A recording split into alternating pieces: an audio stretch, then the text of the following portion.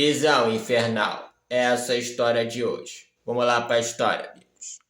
Havia, numa aldeia chamada Bonevar, um padre de nome Gauchelli, no ano da encarnação de 1092. No limiar de janeiro, o padre foi à noite visitar o enfermo. Voltava sozinho, distante de qualquer lugar habitado, quando ouviu um grande barulho semelhante a de um considerável exército a passar pelas cercanias. Quando avançou na direção de Quatos, nesperas que vislumbrara no campo um homem de enorme estatura, armado com uma grande carva, descendeu na corrida, erguendo a arma por sobre a cabeça. Diz-lhe: alto, fica onde está. O padre deteve-se prontamente, paralisado de medo, apoiando no bastão que carregava, permaneceu imóvel. O homem armado com a crava estacou próximo ao padre, sem feri-lo. Esperou a passagem do exército. Teve início, então, a passagem de uma grande tropa de infantaria. Nela, entidades carregavam ovelhas, roupas, móveis e utensílios de toda espécie no pescoço e nos ombros, como costumam fazer os malfeitores. No entanto, gritavam e encorajaram uns aos outros a seguirem mais rapidamente. Entre eles, o sacerdote reconheceu vários de seus vizinhos falecidos recentemente e, ouvindo-os queixar-se das crueldades, torturas que por causa de seus crimes estavam a sofrer, então passou uma tropa de portadores da morte, com a qual o gigante que acabamos de falar se encontrou. Levavam consigo cerca de 50 ataúdes, cada um amparado por 2 carregadores. Depois passou uma tropa que ao padre parecia inumerável, de mulheres. Elas cavalgavam em selas femininas cravadas de prego flamejante. O vento frequentemente elevava as amazonas à altura de um corvado e fazia com que elas caíssem imediatamente sob os pregos em chamas, horrivelmente atormentadas por perfurações e queimaduras. Proferiram imprecações e confessavam publicamente os pecados pelos quais foram punidas. O padre reconhecia algumas damas nobres desta tropa. Sob as selas dos cavalos e das mulas havia várias mulheres que ainda estavam vivas. Pouco depois viu uma numerosa tropa de clérigos e monges, seus juízes superiores, bispos e abaltes, carregando seus báculos pastorais. Os clérigos e bispos vestiam capas pretas, monges e abaltes usavam capuzes da mesma cor. Todos gemiam e protestavam. Alguns clamavam pelo nome de Gauchelli e imploravam-lhe, tendo em conta a antiga amizade, que orasse por eles. Ali o padre viu muitas pessoas de grande estima, que a opinião comum supunha estar agora no céu entre os santos. Diante dessa terrível aparição, tremendo, apoiando em seu cajado, guardava de ele coisas ainda mais terríveis.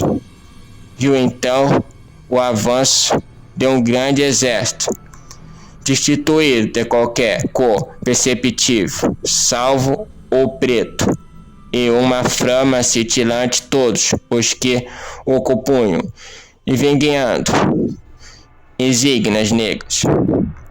Montavam os gigantescos cavalos e marchavam totalmente armados. O padre viu entre eles Ricardo e Balduíno, filhos do conde de Lebete, falecido recentemente, assim como muitos outros, cujo número não consigo determinar. Gauchelli, depois de ter visto avançar aquela grande tropa de cavaleiros começou a refletir consigo mesmo. Sem dúvida, esta é a gente de Elequim. Ouvi dizer que algumas pessoas a viu algumas vezes, mas incrédulo que era zombei desses relatos, porque nunca tivera quaisquer indícios plausíveis de tal coisa. Agora eu realmente vejo os espíritos dos mortos, porém ninguém irá acreditar em mim se eu contar o que vi, por isso vou pegar um dos cavalos livres que acompanham a tropa. Vou montá-lo imediatamente e levá-lo à minha casa e mostrá-lo aos meus vizinhos para lhe inspirar confiança em minha história. De pronto, tomou a rédea de um cavalo preto, mas o animal sacudiu vigorosamente a mão que eu tinha agarrado e fugiu em direção à nega topa. O padre continuou parado no meio do caminho. Chegando-lhe um cavalo que vinha em sua direção, estendeu a mão. O animal parou, esperando o padre. Depois, soprando pelas narinas, lançou uma nuvem do tamanho de um muito alto cavalo. Então, o padre meteu o pé esquerdo no estribo, agarrou as rédeas, levou a mão à sela imediatamente, porém sentiu sob os pés um calor excessivo, como de um fogo abrasador. Extremamente, pela mão que assegurava a rédea, escorreu um frio incrível que lhe penetrou as entranhas. De repente, 4 cavaleiros horrendos apareceram, soltando gritos terríveis. Proferiram estas palavras: por que estás a capturar nossos cavalos? Virás conosco, embora mal algum tenhamos feito a ti. Tu te puseste a furtar o que nos pertence. O padre largou o cavalo, assustado ao extremo. 3 cavaleiros tentaram capturá-lo, mas um quarto lhe disse: deixa-o ir, eu falarei com ele. Ele quis então que Gauchelli levasse várias mensagens para sua esposa e filhos, mas quando o padre se recusou a fazê-lo, o cavaleiro avançou sobre ele, agarrou pela garganta. O infeliz só foi libertado pela intercessão de outro cavaleiro, que cedeu a reconhecer Gauchelli como seu irmão. Conversando longamente com ele, falou-lhe de forma comovente de sua infância.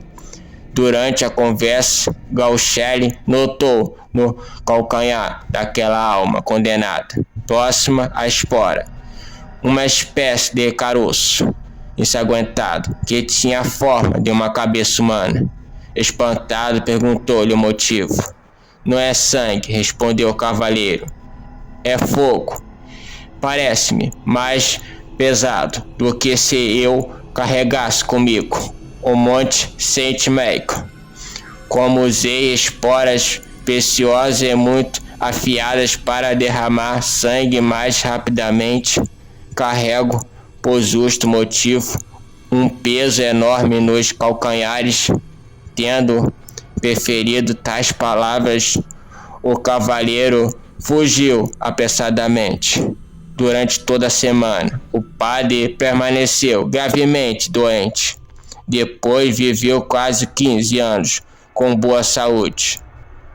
Foi pela sua própria boca que ouviu o que acabei de escrever, além de muitas outras coisas das quais já me esqueci também. Vi seu rosto ferido pelo toque do terrível cavaleiro.